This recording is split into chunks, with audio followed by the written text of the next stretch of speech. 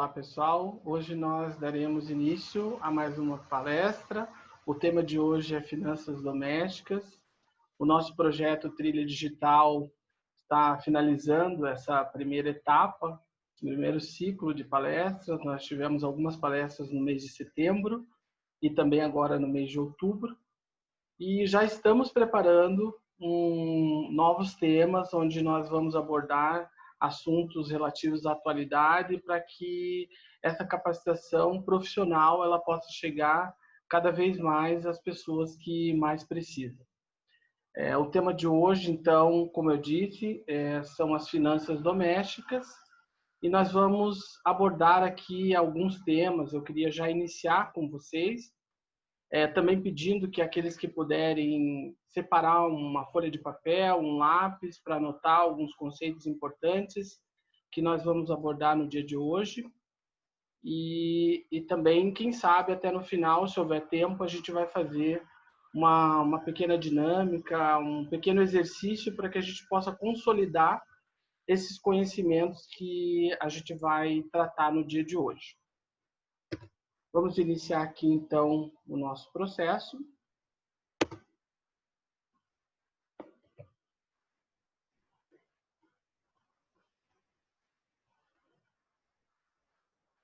Eu queria só, antes de mais nada, falar um pouquinho aqui sobre o ICI. O ICI está em parceria, então, com a ADFP, nesse projeto Trilha Digital.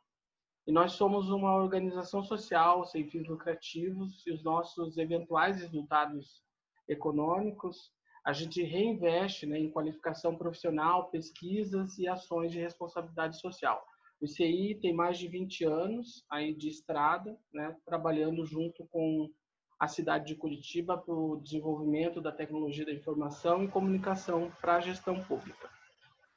Eu sou Osíris, eu vou conduzir então essa conversa com vocês na data de hoje. Espero que seja um momento bastante agradável para todos nós, ainda que o tema é um tema bastante sensível, mas eu creio que a gente vai conseguir evoluir em alguns conceitos e algumas técnicas que possam ajudar vocês nessa trajetória aí de consolidar essa gestão financeira para que vocês tenham sucesso e melhores resultados. Eu sou casado, tenho 3 filhos.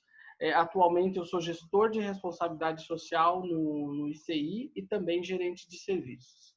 Sou formado e graduado, né, em ciência política e pós-graduado em gerenciamento de projetos.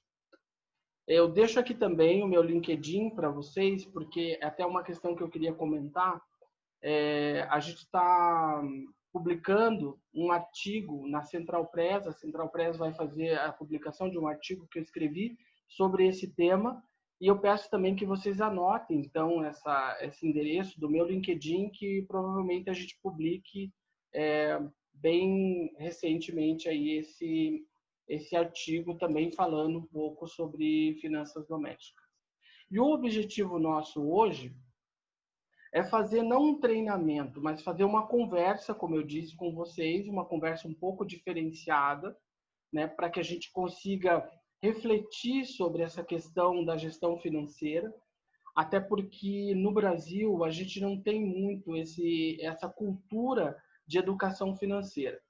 Então, isso traz, obviamente, consequências aí nocivas para a gestão financeira das pessoas, das famílias no Brasil. Então, o meu objetivo hoje é trazer para vocês alguns subsídios que possam possibilitar essa reflexão, principalmente sobre hábitos de consumo e a forma como a gente lida com o nosso dinheiro, porque isso talvez seja o mais importante, né? Visando, então, essa reflexão, ela tem um objetivo, né, de implementar, melhorar ou até aprimorar os aspectos relacionados à sustentabilidade na utilização desses recursos. Eu sempre digo o seguinte, que nós temos, assim, com muita dificuldade, a gente consegue reunir recursos, né? Porque isso é oriundo do nosso trabalho, em última análise, né? Então, com a mesma dificuldade que a gente tem para conseguir reunir esses recursos, a gente deveria ter uma responsabilidade muito grande na utilização desses recursos. Isso remete à questão da educação financeira. Então, é isso que a gente vai procurar trabalhar nesse período que a gente vai conversar um pouquinho hoje. tá? E, basicamente, para que a gente não faça uma coisa também muito cansativa, e eu não venho aqui falar para vocês de planilha, de app de controle financeiro, que muitas vezes as pessoas começam a fazer isso e chegam em determinado ponto, acabam desistindo. Então, a gente vai procurar fazer uma coisa mais resumida e que realmente faça uma diferença no teu dia a dia. Tá? Então, nós vamos... não tem como fugir, né, de uma conceitualização, a gente vai abordar os principais conceitos, obviamente que não todos, mas os conceitos mais principais no sentido da gestão financeira. Vamos falar bastante sobre a questão de comportamentos e também, por fim, eu vou dar algumas dicas ali, a gente preparou aqui 4 dicas que podem nos ajudar nesse caminho, nessa trajetória da gestão financeira pessoal. Para iniciar, então, eu gosto de falar aqui desses 2 conceitos, né? O primeiro deles é a administração financeira. Então, o que envolve essa questão da administração financeira? Primeiramente, nós temos que entender que a administração financeira, ela é a gestão das finanças nas empresas, tá? E organizações. Então, esse termo está ligado a essa gestão nas empresas e organizações e, de alguma maneira, ela pode alavancar, né, as finanças de uma empresa ou organização, ou ela pode levar essa organização à falência. Então, ou você pode ter um resultado positivo, benéfico, né, ou você pode levar essa empresa à falência. Basicamente, é isso que a gente precisa entender para poder entrar depois no conceito de gestão financeira pessoal. Então, um exemplo, né? Nós percebemos que essa gestão, a administração financeira, ela pode impulsionar ou, como eu disse, levar a empresa à falência, né? Nós temos alguns exemplos bem característicos no Brasil, né? Por exemplo, aqui eu trouxe para vocês alguns dados da revista Exame, que o e-commerce vende 33 bilhões na pandemia, é um dado atualizado, né? Então, ou seja, as empresas fizeram algum processo de gestão para que justamente financeira, para que justamente elas pudessem fazer frente à questão da pandemia. E parece que isso deu certo, né? Para algumas empresas, porque venderam bastante, puxado por alimentos, principalmente, e bebidas nesse período que nós estamos em pandemia.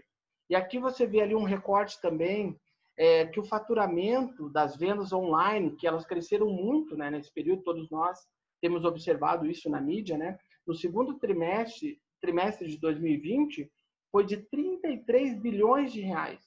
É uma alta de mais de 104%. Então, é algo realmente, vamos dizer assim, significativo, né? Em relação a essa alta, em relação ao mesmo período de 2019, quando o faturamento ficou ali em torno de 16 bilhões, tá? Então, isso é um exemplo da gestão financeira aplicada a uma empresa e organização. Agora, perceba que se essa empresa está vendendo, existe um mercado consumidor também para isso. E aí, lá na outra ponta, esse mercado consumidor, essa é a reflexão que eu quero trazer para todos nós. Será que esse mercado consumidor, ele é um mercado consumidor consciente daquilo que está fazendo? Será que é um consumidor que tem condições e recursos suficientes para fazer essas aquisições? Então, essa é um pensamento que a gente deve sempre estar norteando, né, as nossas reflexões. E ainda complementando aqui, ainda no tocante à administração financeira, né, essa matéria do El País também é uma matéria bem recente. 716 mil empresas fecharam as portas. Existe uma estatística, né, que fala ali do tempo de vida das empresas, né? A maioria delas começa sem planejamento e, por isso, acaba fechando as portas aí num período muito curto. Então, claro que esse prognóstico aqui, ou esse fato que ocorreu do fechamento dessas 716 mil empresas durante a pandemia, é óbvio que elas foram diretamente afetadas por esse processo, né, de deterioração da economia, né, mundial, que acabou afetando também as empresas aqui no Brasil. Mas perceba que algumas empresas conseguiram fazer frente a essas dificuldades da pandemia e conseguiram sobreviver mesmo nesse período. E mais, outras ainda conseguiram obter lucros bastante significativos. Então, a média de empresas que fecham a cada ano corresponde a cerca de 600 mil negócios. Então, é isso que a gente precisa pensar um pouquinho, né? Falando um pouquinho de administração financeira das empresas, a gente precisa pensar nesse conceito. Por que algumas empresas conseguem sobreviver nesse mercado tão competitivo e outras não conseguem seguir adiante? Então, é um número menor do que as mais de 700 mil empresas que fecharam até a metade de junho. E essa pesquisa aqui foi conduzida pelo IBGE, né, que é o Instituto Brasileiro de Geografia e Estatística, tá? Vendo aí, medindo esse impacto da Covid-19 nas empresas. É referenciada de julho de 2020. Então, aqui a gente fecha esse conceito de administração financeira, que é essa gestão que é feita por todas as empresas para que ela possa ou gerar um lucro, ou se não for bem feita essa gestão financeira, obviamente vai levar à falência.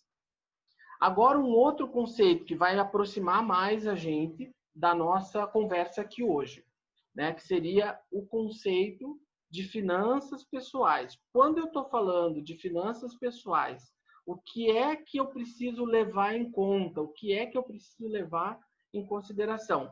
Primeiramente, eu tenho que entender que seria a aplicação daqueles mesmos conceitos financeiros empresariais nas decisões agora de um indivíduo ou de uma família.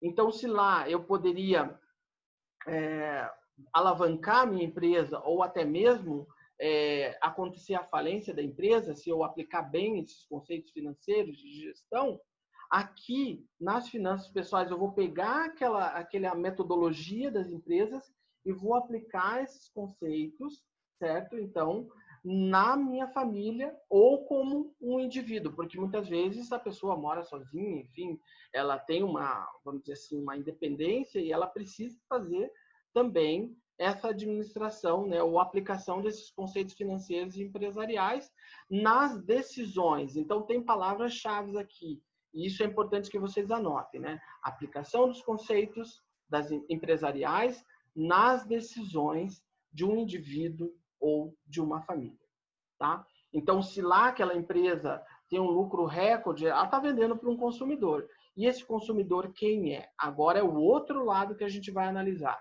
Eu tenho essa capacidade para exatamente fazer essa aquisição, fazer essa compra, comprar online, porque numa compra online você acaba muitas vezes fazendo uma decisão por impulso, né? Ou até mesmo comprando sem uma necessidade real. Então, para isso, eu digo que tem algumas perguntas, né?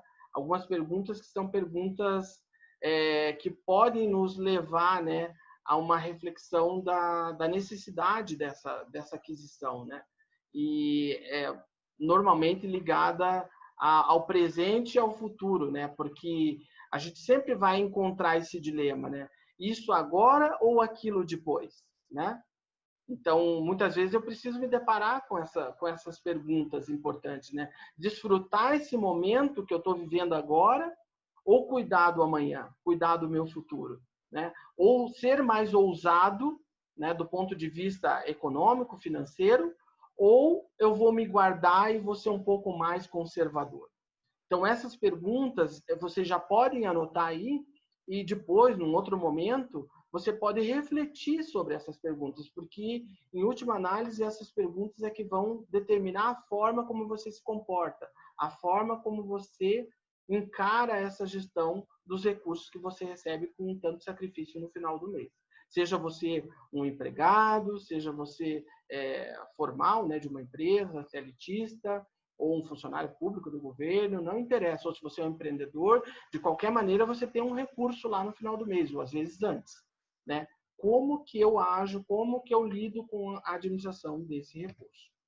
Né? E no caso dessas decisões de um indivíduo ou família, a gente também precisa refletir o que é que está acontecendo no nosso entorno. Qual é o contexto que a gente está enfrentando hoje a nível de Brasil e a nível de mundo, né? Então, perceba que eu trouxe aqui alguns dados bem básicos, só para a gente parar e fazer essa análise, né? A gente tem hoje no Brasil uma taxa de desemprego de 13,3% no segundo trimestre ali de 2020. Se você considerar o mês de setembro, 14,1% de desemprego no Brasil. Tá? Então, os desocupados ou desempregados, né, chegaram a 13,5 milhões de pessoas no Brasil no mês de setembro. Isso, obviamente, é reflexo também, né, da pandemia, da Covid-19, dessa dificuldade das empresas que acaba atingindo também o trabalhador e as pessoas que consomem de alguma maneira, né? A gente chama de pessoas economicamente ativas, né? Que são aquelas pessoas que têm a condição de participar, né, da economia de maneira mais ativa. Tá? Então, esse dado é um dado importante e que nos revela aí uma necessidade cada vez mais premente, cada vez mais urgente de nós podermos ter essa condição de lidar de maneira adequada com os recursos que a gente administra aí nas nossas famílias ou individualmente. E mais ainda, né? Se a gente pegar aqui, tem uma pesquisa bem legal da CNC, que é a Confederação Nacional do Comércio de Bens, Serviços e Turismo. Eles fazem essa pesquisa mensalmente. E o resultado eu trouxe bem fresquinho aqui, bem recente, do mês de setembro. São 67,2% dos brasileiros que estão endividados. Então, é um número muito grande de pessoas que estão com os seus recursos comprometidos. Tá? E aí isso dificulta, obviamente, a realização de projetos, de investimento, de sonhos, porque se você está endividado, a pessoa que tem um caráter, que tem né, uma responsabilidade, muitas vezes acaba até nem dormindo bem, porque isso vai afetar também a tua saúde mental, a tua saúde, né, vamos dizer assim, de uma maneira geral, né? Então, esse é um dado importante para a gente analisar, né? 26,5% das famílias, ou seja, quase um quarto, ou mais de um quarto das famílias brasileiras, estão com dívidas e contas em atraso. Tá? Então, como é que você vai honrar os seus compromissos, ou como até falei, fazer um investimento se você está com contas em atraso?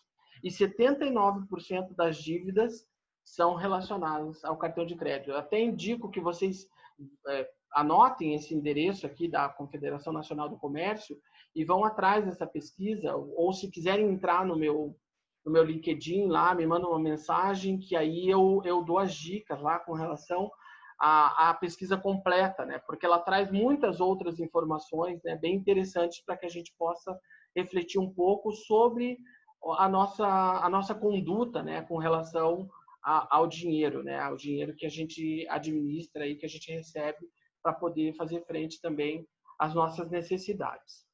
Então, esse é o contexto, né, da administração financeira pessoal, né, no Brasil, né? Como eu disse no início, infelizmente a gente não tem uma cultura de educação financeira. Deveria ser ensinado isso desde pequeno para os filhos, né? Para as crianças, para que lá na vida adulta eles tivessem uma vida com certeza muito mais equilibrada. Mas infelizmente essa não é a nossa realidade. E qual é o impacto disso, dessas dívidas, né? Primeiramente, eu comentei assim por alto sobre essa questão, mas isso afeta todas as áreas da nossa vida. E aqui eu estou trazendo alguns aspectos, né? Primeiramente, essa questão da saúde, né? Então, depressão e outros problemas de saúde, né? Isso é um dos impactos quando a gente encontra alguém endividado ou alguém que está com contas em atraso, né? Então, endividados aqui é um recorte que a gente trouxe aqui, numa pesquisa, né?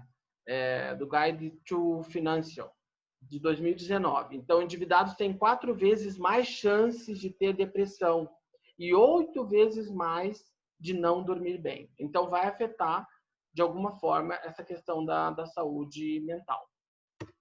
Também, um outro aspecto bem importante, né, para aqueles que têm família, né, desentendimentos familiares e divórcios. Então, segundo pesquisa, cerca de 46% dos casais brasileiros têm desentendimentos por questões financeiras, chegando mesmo até a questão do divórcio ou da separação. Então, problemas financeiros é a segunda maior, isso é dado, tá? Dado certeiro, né? Problemas financeiros é a segunda maior causa de divórcios no Brasil. E a fonte disso é o SPC 2019, SPC Brasil 2019. Então, aí você começa a perceber que não é uma coisa tão simples, né? Você tem um impacto do ponto de vista da tua saúde, né? Você tem um impacto do ponto de vista do relacionamento na família, o relacionamento interpessoal. Às vezes até isso gera impactos no trabalho, porque o teu rendimento começa a diminuir, né? Porque está preocupado, porque não sabe como vai resolver. Então, dentro desses impactos, né, essa dependência financeira ou essas dívidas, né, leva à dependência financeira de algo ou alguém. Vocês podem perceber, né, pessoas que muitas vezes estão, vamos dizer assim, dependente ou preso a um cheque especial, preso ao cartão de crédito, preso até com um agiota, né? Então, esse descontrole, né, ele vai gerar também esse impacto da dependência financeira. E aí isso pode realmente tirar aquela nossa capacidade de decidir por nós mesmos. E esse talvez seja o ponto mais grave, né? Porque aí você perde a tua autonomia e acaba ficando refém de algo ou alguém, como a gente está colocando aqui. Então, essa é vamos dizer assim, a prevenção que a gente pretende fazer, né? O ideal sempre seria prevenir para que a nossa situação financeira ela não chegue num ponto crítico. Mas muitas vezes a gente já está no ponto crítico. E aí, se já estamos no ponto crítico, é importante que a gente faça uma avaliação. E aí, essas dicas que a gente vai trazer também serão importantes para que a gente consiga mudar essa perspectiva. E eu gosto de falar muito, assim, eu gosto de trabalhar muito com essa questão de mapa mental, de esquema, porque eu acho que a gente consegue enxergar melhor a nossa situação ou os passos que a gente precisa adotar para sair ou não entrar em determinada situação, que seria ainda o melhor, né? Não entrar em situações. E eu elaborei esse esquema aqui para a gente conversar um pouquinho rapidamente, porque a gente tem pouco tempo, mas eu quis elaborar esse esquema falando de uma maneira até um pouco filosófica, né? Talvez, né? Mas eu acho que vai ser interessante para a gente trocar uma ideia sobre isso, tá? O que eu coloco aqui nessa figura, né? Nessa primeira base aqui do lado de fora, do lado exterior, a gente vai ter alguns elementos que movem a nossa vida, que movem a nossa existência. Então, por exemplo, qualidade de vida, bem-estar, satisfação pessoal, são questões que vão nos mover. Invariavelmente, a gente quer alcançar esses objetivos, que na verdade esses três pilares, né, de qualidade de vida, bem-estar, satisfação pessoal, eles nos arremetem à questão da felicidade, né? Ser feliz. É isso que a gente quer. E para ser feliz eu preciso minimamente desses três elementos, certo? Claro que tem outras questões envolvidas, e isso é muito complexo, na verdade, mas aqui a gente está tentando simplificar para ajudar o entendimento do nosso comportamento frente a essas questões. Então, esses três pilares, normalmente é o nosso objetivo, é o que a gente está buscando, né? Ou o que a gente está vivendo ali ou procurando viver. Porém, nós precisamos lembrar que para nós atingirmos qualidade de vida, bem-estar e até mesmo a satisfação pessoal, isso tem um custo. Existe um custo envolvido dentro dessa transação. Então, nós não podemos esquecer, porque muitas vezes a gente quer buscar isso a qualquer preço. E isso vai gerar um descompasso, vai gerar um desequilíbrio e vai gerar, muitas vezes, até uma frustração, porque aí nós não vamos atingir isso de maneira adequada. E, passando já daí para essa segunda camada, nós vamos ter ali, lutando, né, com essa nossa razão, né, os impulsos, as nossas vontades e os nossos desejos. Então, eles vão estar ali como que fosse esse segundo estágio que briga com a nossa razão para atingir aqueles objetivos ali de qualidade de vida, de bem-estar e de satisfação pessoal. Normalmente, nas decisões de consumo, a gente vai encontrar vamos dizer assim, subliminarmente, né? Às vezes você não percebe, mas, por isso que eu estou dizendo subliminarmente, você nem sempre percebe isso claramente, mas vai ter esses elementos dos desejos, das vontades e dos impulsos para fazer com que a gente consiga viver daquela maneira que a gente planejou e gostaria de viver. Porém, não podemos esquecer que, muitas vezes, esses impulsos, desejos e vontades, eles cegam a nossa capacidade de avaliação. Então, por isso, nós temos que nos basear em dois grandes pilares que daí eu coloquei ali do lado esquerdo, do lado direito, numa cor, um tomzinho mais claro ali, né? Um verdezinho mais claro, que seria a nossa capacidade de avaliação e as melhores decisões, porque sempre é isso que a gente vai buscar. Primeiro, a gente tem lá aqueles elementos mais exteriores que aparecem na nossa vida. Ali está a minha casa, ali está o meu carro, ali está o meu plano de saúde, a minha condição de viajar de férias no final de uma vez por ano, 2 vezes por ano, né? Isso aparece, está mais do lado externo da nossa vida, né? Todo mundo vê. Eu publico no Facebook, eu publico no Instagram aquelas fotos bonitas, né? E essa parte do meio ali, os impulsos, vontades, desejos, às vezes a gente nem percebe que é isso que está nos movendo. Mas o mais importante é que a gente precisa estar ancorado nessa capacidade de avaliação, para que a gente possa tomar essas melhores decisões do ponto de vista do consumo e da gestão financeira. Porque isso vai se traduzir naquilo que está ali no meio, nas nossas escolhas e comportamentos. Então, isso vai se traduzir, né, essa capacidade de avaliação e melhores decisões vai se traduzir nas nossas escolhas e comportamentos. E isso vai nos levar à tão sonhada independência financeira. Mas isso se a gente tomar as decisões corretas. Porque muitas vezes a gente pode tomar decisões incorretas, né? Que não estão compatíveis, vamos dizer assim, com a nossa capacidade financeira, com a nossa renda, né? E aí eu trago ali, até do lado direito, uma questão ali de expectativa vezes padrão de vida. E esse é o grande problema da nossa cultura, né? Do nosso Brasil, né? Talvez não seja só aqui isso, né? Mas nós estamos falando desse recorte no Brasil. Muitas vezes as pessoas têm expectativas e têm um padrão de vida que não está muito equilibrado com essas expectativas. E aí há um descompasso, né? E havendo esse descompasso, você pode ter esse desequilíbrio e entrar numa dívida, entrar numa situação indesejável, né? Por isso nós temos que pensar bastante sobre essa questão do valor da manhã que eu trago aqui para vocês, né? Consumir hoje, né? Ou guardar para o futuro. Essa é uma decisão que nós temos que tomar, né? Muitas vezes nós temos que tomar, porque toda vez que eu faço uma aquisição e que eu não tenho a condição para fazer essa aquisição, é como se eu estivesse antecipando o meu futuro. Estou trazendo o futuro que está talvez lá 5 anos para frente, eu estou trazendo ele para o tempo presente. E quando eu trago esse futuro para o tempo presente, sem condições adequadas para fazer frente a esse gasto, eu vou ter um custo muito alto. E tendo esse custo alto, eu posso também ter um desequilíbrio nas minhas finanças.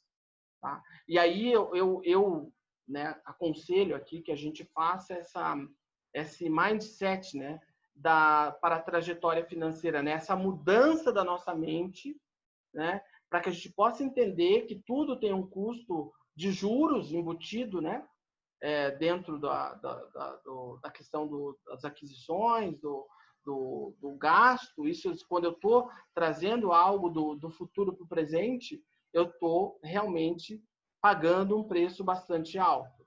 Então, vale a pena pagar esse preço? É um momento de fazer isso? E para isso a gente precisa de uma mudança de mente. E aí seria o ideal, né? O ponto de equilíbrio, né? Viver de acordo com as nossas possibilidades. Então, se eu não tenho muito recurso, eu vou ter que viver de uma maneira mais simples, né?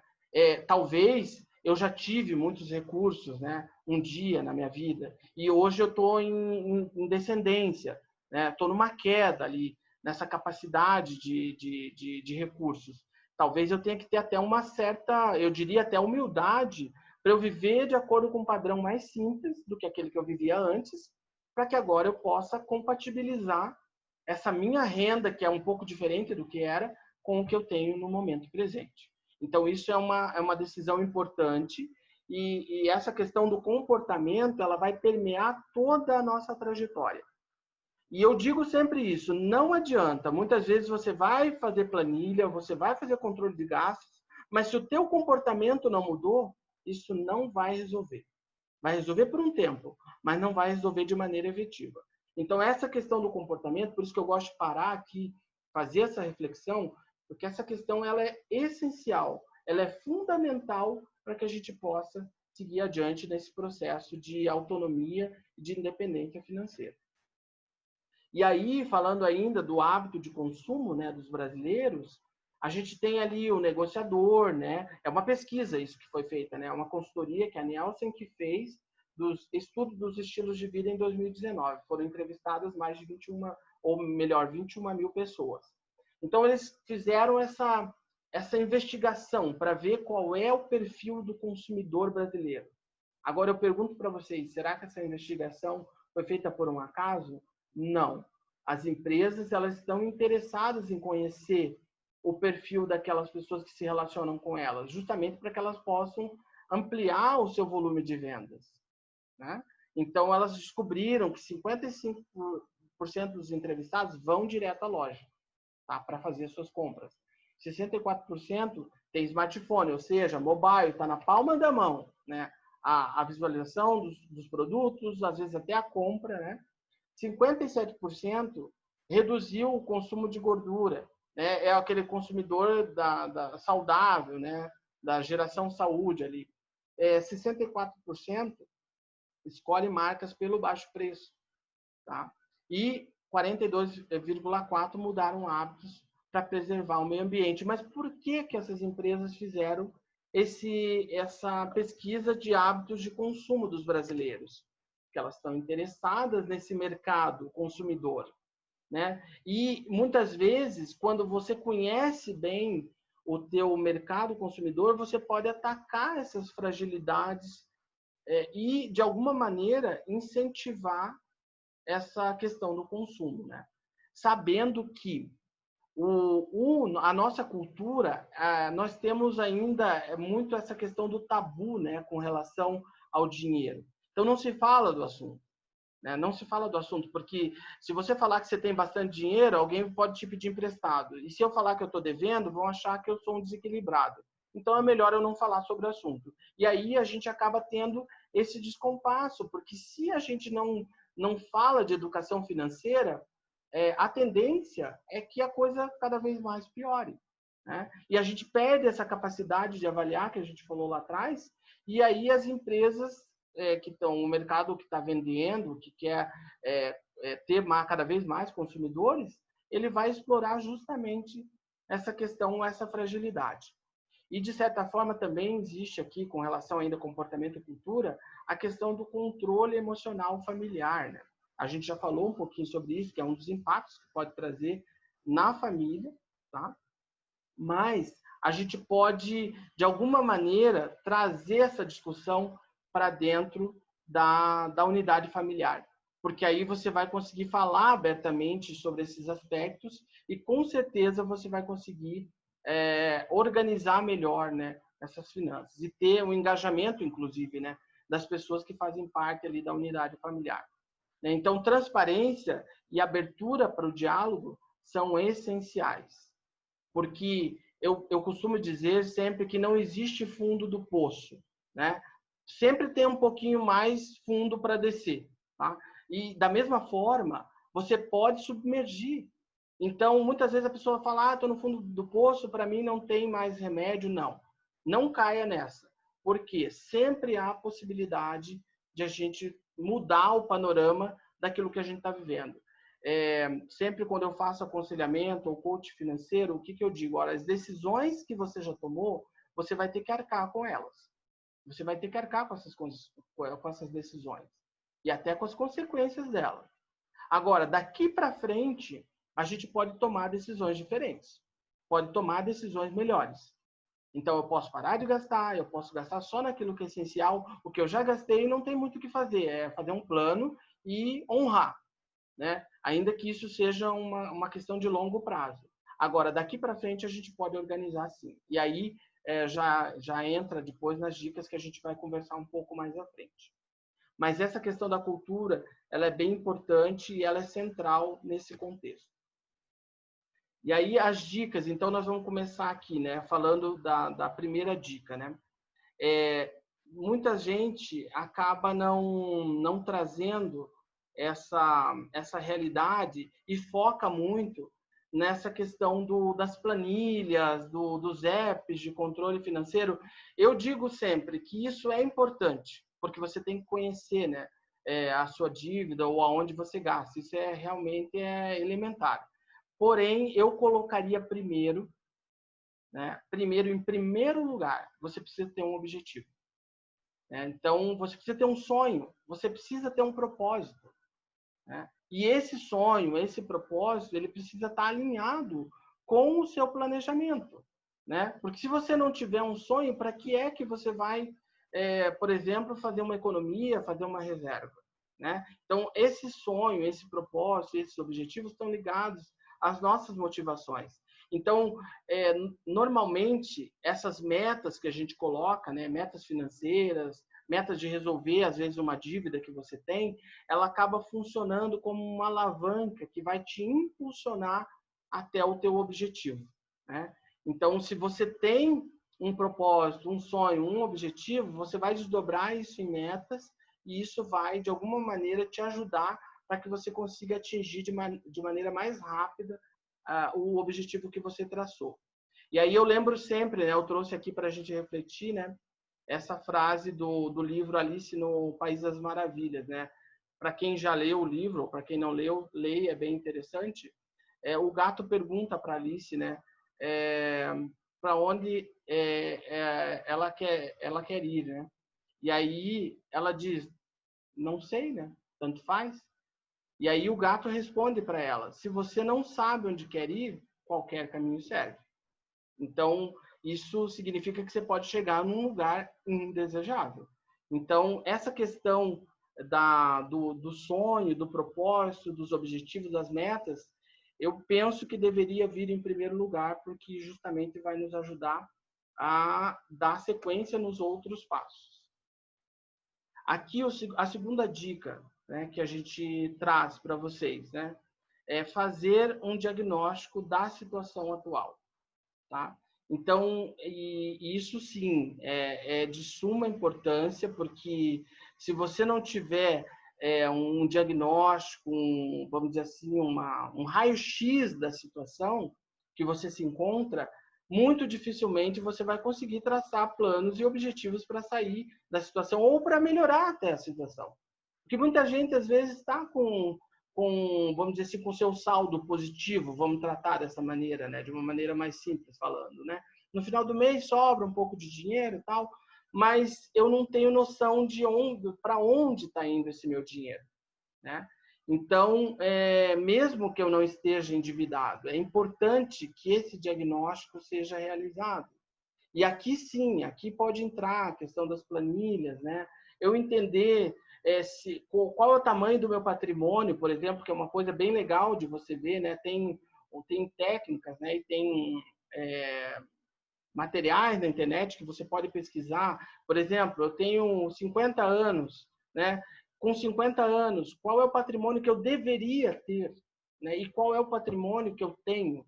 Será que eu estou alinhado com esse prognóstico ou com essa média de patrimônio que eu deveria ter, né? Ou tenho mais, ou tenho menos? Como que está isso, né? Isso é diagnóstico, né? É você fazer esse levantamento da tua situação real e vamos dizer assim, tem que ser uma avaliação honesta, né? Uma avaliação honesta do teu diagnóstico, o que eu tenho de dívida, por exemplo, né? Quais são as minhas prioridades, o que é imprescindível para eu realmente gastar dinheiro nisso, né? Ou tem muita coisa que é supérfluo, que é um desejo apenas que está ali, né? Puxando para baixo o meu orçamento. Então, essa avaliação ela é super importante, né? A partir desse diagnóstico é que eu vou poder traçar esses objetivos e essas metas para que eu possa, então, melhorar o meu desempenho financeiro. E aí, claro, tem um sonho, né? Primeiro, eu tenho um sonho, tenho um objetivo, tenho um propósito. Aí eu fiz o meu diagnóstico, certo? Eu sei para onde está indo o meu dinheiro. Eu sei exatamente qual é o meu patrimônio. Eu sei o que é importante para mim, né? Em termos de prioridades. Agora eu já posso colocar essas informações do diagnóstico nesse planejamento financeiro. Tá? Então eu posso aqui, né, fazer um planejamento, traçar alguns objetivos, conversar com alguém que possa me auxiliar nesse sentido, né? E, de alguma maneira, também já ir tratando de mudar algumas posturas, né? Alguns comportamentos, algumas situações que realmente possam prejudicar o meu desempenho financeiro, eu vou já traçar aqui como objetivo nessa questão do planejamento. Tá? E, por fim, né, eu vou, então, monitorar o planejamento. Mas mais do que monitorar, o que é o monitoramento? Né? O monitoramento é você saber, bom, eu tracei uma meta que eu ia, a partir do mês que vem, por exemplo, né? Vamos colocar aqui como um exemplo. A partir do mês que vem, eu vou separar 10% do meu salário líquido para uma reserva financeira. Certo? Então, isso é uma meta que eu coloquei no meu planejamento. E aí eu vou monitorar. Bom, chegou o mês que vem, eu recebi o salário. Será que eu consegui separar esses 10% e colocar como uma reserva financeira? Né? Eu coloquei uma outra meta lá no meu planejamento de ligar para o banco e fazer uma renegociação de uma dívida, ou fazer uma portabilidade de uma dívida de um banco para o outro, porque isso às vezes é um bom caminho, né? Você tem uma dívida muito alta lá, com uma taxa de juros grande num banco e você acaba negociando com outro banco que compra aquela dívida por uma taxa de juros um pouco menor, tá? E eu coloquei isso como uma meta para fazer até dezembro, por exemplo, de 2020. Então, eu vou monitorar essas metas e esses objetivos que eu tracei no meu planejamento, para ver se realmente eles estão acontecendo. E aí, eu dou uma dica para vocês aqui também, uma dica dentro da dica, né?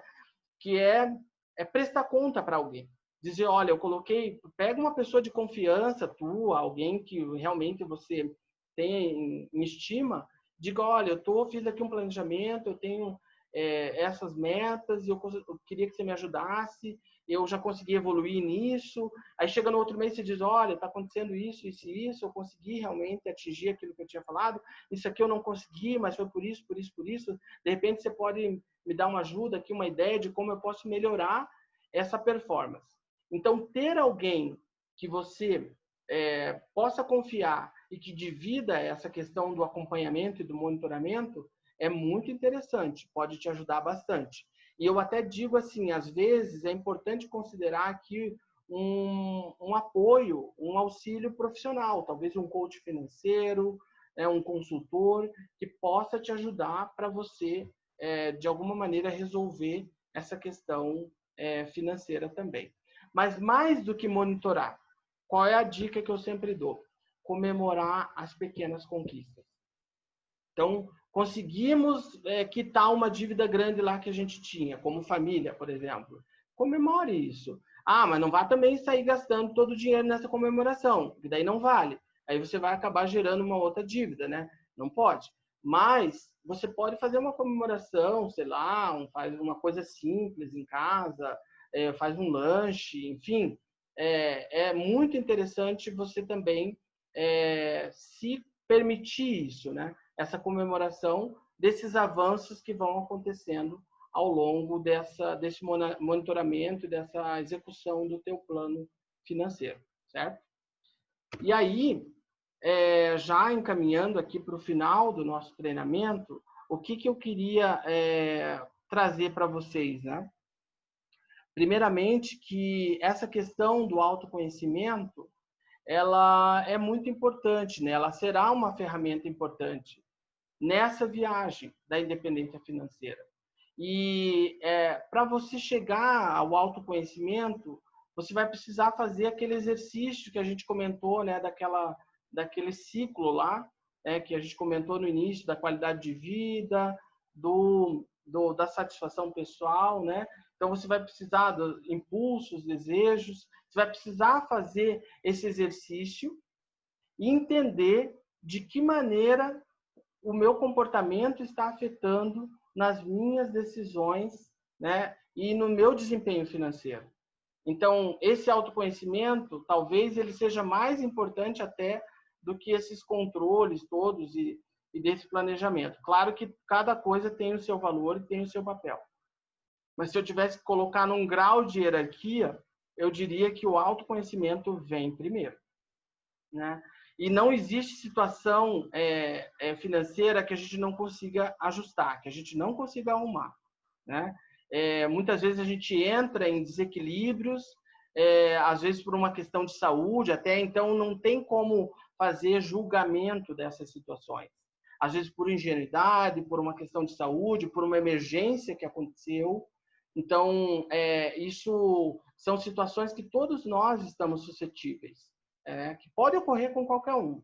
Então, eu vejo que nesse momento a gente precisa trabalhar com as ferramentas que a gente tem, mudar essa questão do nosso comportamento e fortalecer essa questão do autoconhecimento.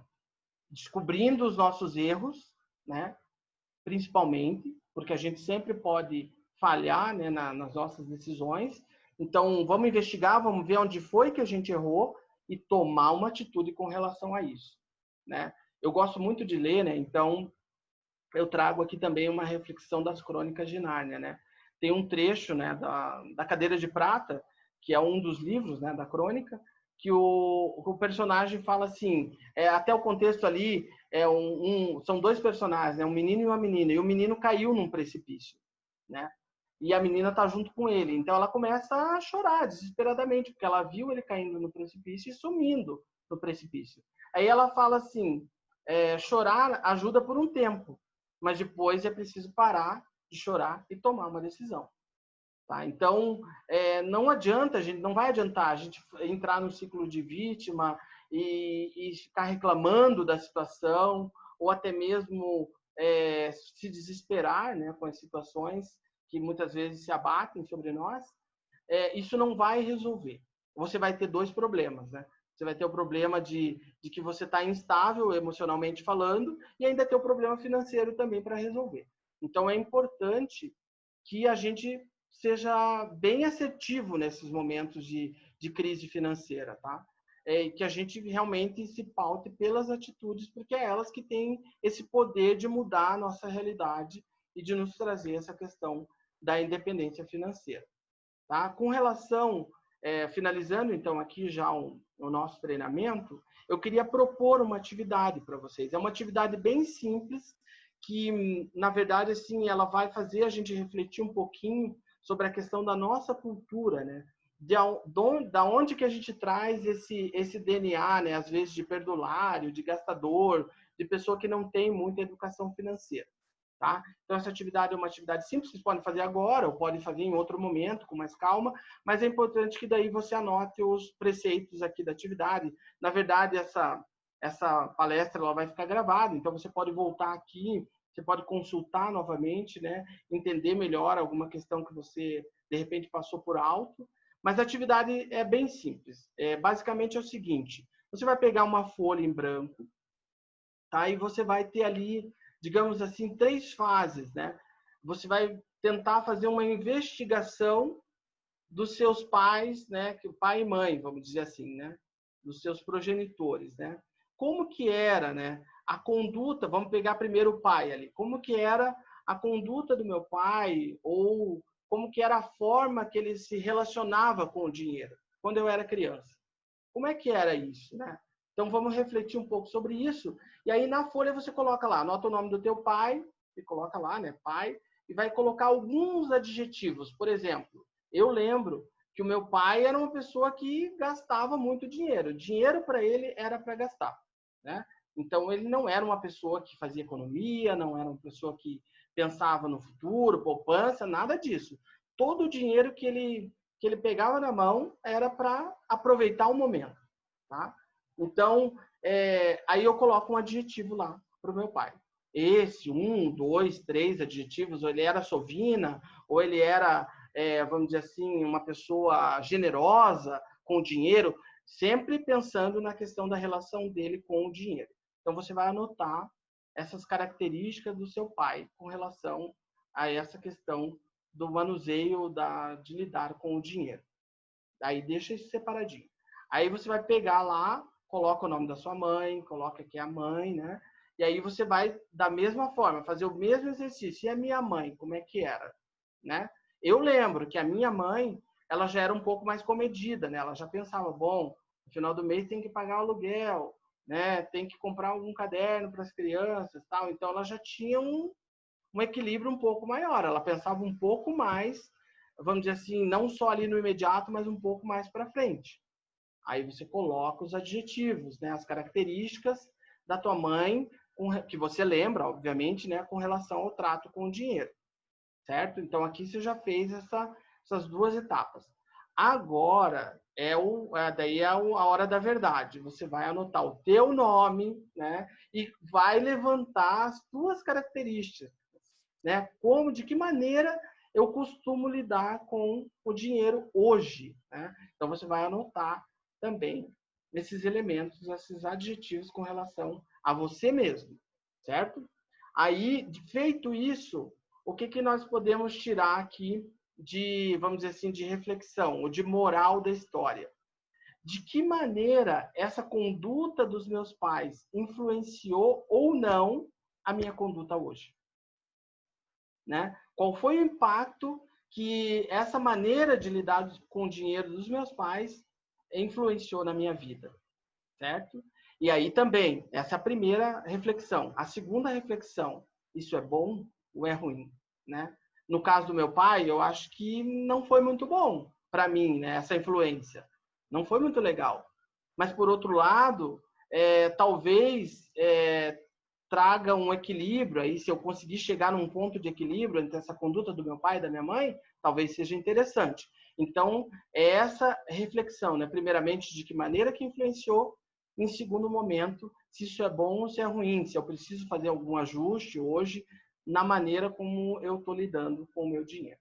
Tá? Então, acho que se você fizer esse exercício, essa pequena dinâmica que é muito simples de fazer, é lápis, papel e puxar um pouco da memória, talvez a gente consiga avançar um pouco nessa questão do autoconhecimento como uma ferramenta, então, para melhoria da nossa conduta, do nosso comportamento frente ao dinheiro. Tá?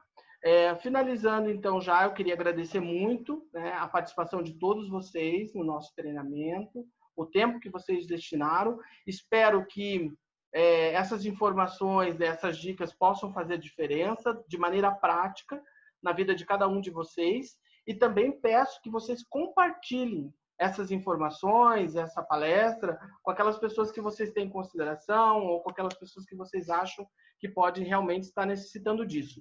E para finalizar, eu quero também, como eu não poderia deixar de fazer isso, né? Porque como eu gosto muito de leitura, eu quero trazer para vocês aqui, depois eu vou deixar lá também no meu LinkedIn, vocês podem, vou deixar essa referência lá, né? Eu quero indicar para vocês esse livro, que se chama Cura, é um livro bem legal, eu li ele já há bastante tempo, mas eu uso como um livro de cabeceira, né? Do Altemiro Carlos Farinhas, tá? Quem quiser, me manda uma mensagem lá no LinkedIn, que eu passo também outras referências. Esse livro, ele é um livro bem curtinho, um livro aqui tem, vamos ver aqui, tem 100 e poucas páginas, 140 páginas, você lê muito rapidamente, mas o impacto dele nas nossas decisões pode ser bem importante. E também eu quero indicar para vocês esse outro livro aqui, que é O Valor do Amanhã, né, que é do Eduardo Gianetti. É um livro que marcou muito a minha vida, porque eu fiz um coach financeiro lá na FESP, com um professor da FESP, né, que foi muito significativo, né, na trajetória da minha vida financeira. E esse livro aqui me trouxe uma visão muito importante assim dessa questão de nós priorizarmos o nosso futuro, tá? Em detrimento muitas vezes de um imediatismo e de um impulso que move muitas vezes as pessoas. Tá? Então, são 2 títulos, teriam mais títulos, mas obviamente não cabe a gente ficar aqui também trazendo muita informação. Acho que num primeiro momento, os mais importantes que eu quero indicar para vocês são esses. Mais uma vez agradeço a participação de todos, né? Também, se quiserem colocar e tiverem perguntas, quiserem colocar aí nos comentários, eu fico à disposição aqui para responder ainda esses questionamentos e perguntas, e que todos vocês tenham uma trajetória de sucesso aí na gestão financeira pessoal. Muito obrigado a todos e tenham uma boa tarde.